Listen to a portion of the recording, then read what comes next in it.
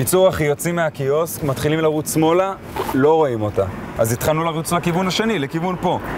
ואז אני כל אומר ליונו, בוא'נה, איזה מזל שקלטתי כאילו שהיא מוזרה והתחלתי לצלם אותה. עכשיו, אני לא מבין בכלל מה הוא אומר לי, איזה מזל שזה, כי אני בשוק מהילדה, אין לי מושג איפה למצוא אותה, והוא אומר לי כאילו איזה מזל עכשיו, זה היה בערך שהגענו לכאן. לא ראינו אותה גם פה. אז לא יודע, התחלנו לחשוב, ילדה בת 12, אחי, זה היה משם, כאילו.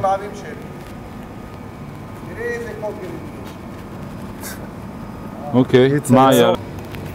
אנחנו אומרים, משם היא רצה, ילדה בת 12, כל אדישה, לאן היא כבר יכולה להגיע? יצאנו שנייה אחת אחריה. חשבנו אולי יזינו את זה בכלל. חשבנו אולי יזינו, אבל אז זכרתי שצילמתי הכל בפלאפון, אבל שכחתי אותו בקיוסק. אנחנו מתחילים לראות ניידות עוברות. עוברות פה, יעני. ובלגן.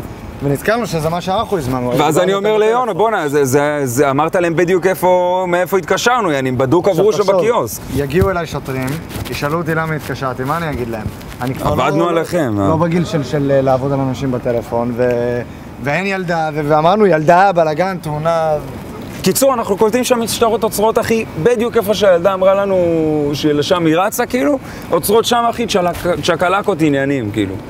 כן, ומשם זה הצילומים מהאייפון שלי. דיווח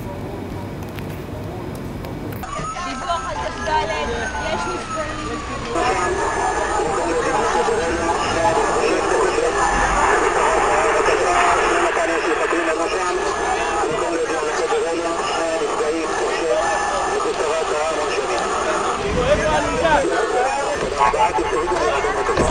סליחה, בבקשה לפנות את האזור, יש כאן...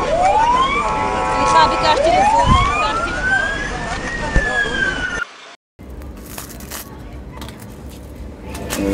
עברו שבועיים.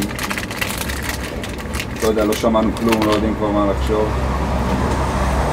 זהו, בגלל זה פנינו אליך, אני יודע, אולי מישהו חווה כזאת חוויה, עבר משהו דומה.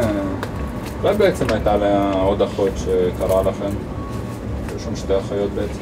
כן, אחי, אבל לא יודע, אז לאן היא נעלמה? כן, אחי, עזוב, לא יודעים מה לחשוב. לא יודע. כל הסבר שתיתן לי, שמע לי הגיוני, אני כבר לא יודע, תגיד לי שהנשמה שלה יצאה ובאה להזהיר אותנו. אני לא יודע כבר מה לחשוב, קונה את זה. וואלה, לא... אחי, כל דבר כאילו יעזור לנו, אני...